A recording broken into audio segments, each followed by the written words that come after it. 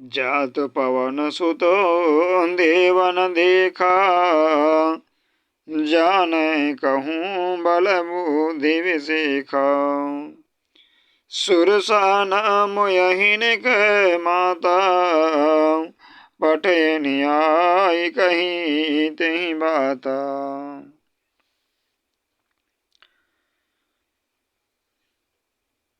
देवताओं ने पवनपुत्र हनुमान जी को जाते हुए देखा। उनकी विशेष बल बुद्धि को जानने के लिए परीक्षार्थ तो उन्होंने सुरसा नामक सर्पों की माता को भेजा।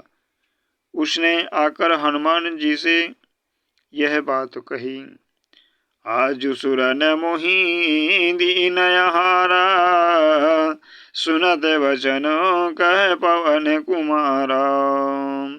राम काजु करि फिर मैं आवो, सीता कही सुधि प्रभहि सुनावो। आज देवताओं ने मुझे भोजन दिया है। यह वचन सुनकर पवन कुमार हनुमान जी ने कहा, श्री राम जी का कार्य करके मैं लौटाऊं और सीता जी की खबर प्रभु को सुना दूं। तो तब तब बदन पैठियहु आई, सत्य कहूँ मुहि जान दे माई। कब नेहु जतन देहि नहीं जाना, ग्रससि न मोहि कहु हनुमाना। तब मैं आकर तुम्हारे मुंह में घुस जाऊंगा, तो मुझे खा लेना। हे माता, मैं सत्य कहता हूँ, अभी मुझे जाने दे। जब किसी भी उपाय से उसने जाने नहीं दिया, तब हनुमान जी ने कहा, तो फिर मुझे खा न ले। जो जन भरत ही बदनु पसारा, कपि तनु कीन दुगुन विस्तारा। सो रहे जो जन मुख तई ठयऊ, तुरत पवन सुत बत्तीस भयऊ। उसने योजन भर 400 कोस में मुंह फैलाया। तब हनुमान जी ने अपने शरीर को उससे दूना बढ़ा लिया। उसने 16 योजन का मुख किया। हनुमान जी ने तुरंत ही 32 योजन के हो गए। जस जस सुरसा बदनु बढ़ावा, तासु दूने कपि रूप दिखावा।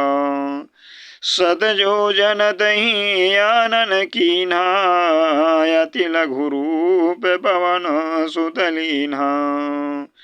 जैसे जैसे सुरसा मुख का विस्तार बढ़ाती थी, हनुमान जी उसका दूना रूप दिखलाते थे। उसने 100 योजन 400 कोस का मुख किया। तब हनुमान जी ने बहुत ही छोटा रूप धारण कर लिया। बदन पैठि पुनि बाहिर आवा, मांगा विदाता ही सिरुनावा। मोहि सुरन जहि लागी पठावा, बुद्धि बल मरा मुतोर मैं पावा। और वे उसके मुख में घुसकर तुरंत ही फिर बाहर निकल आए और उसे सिर नवाकर विदा मांगने लगे। उसने कहा, मैंने तुम्हारे बुद्धि बल का भेद पा लिया, जिसके लिए देवताओं ने मुझे भेजा था। राम काज सब करियहूँ, तुम बल बुद्धि निधान।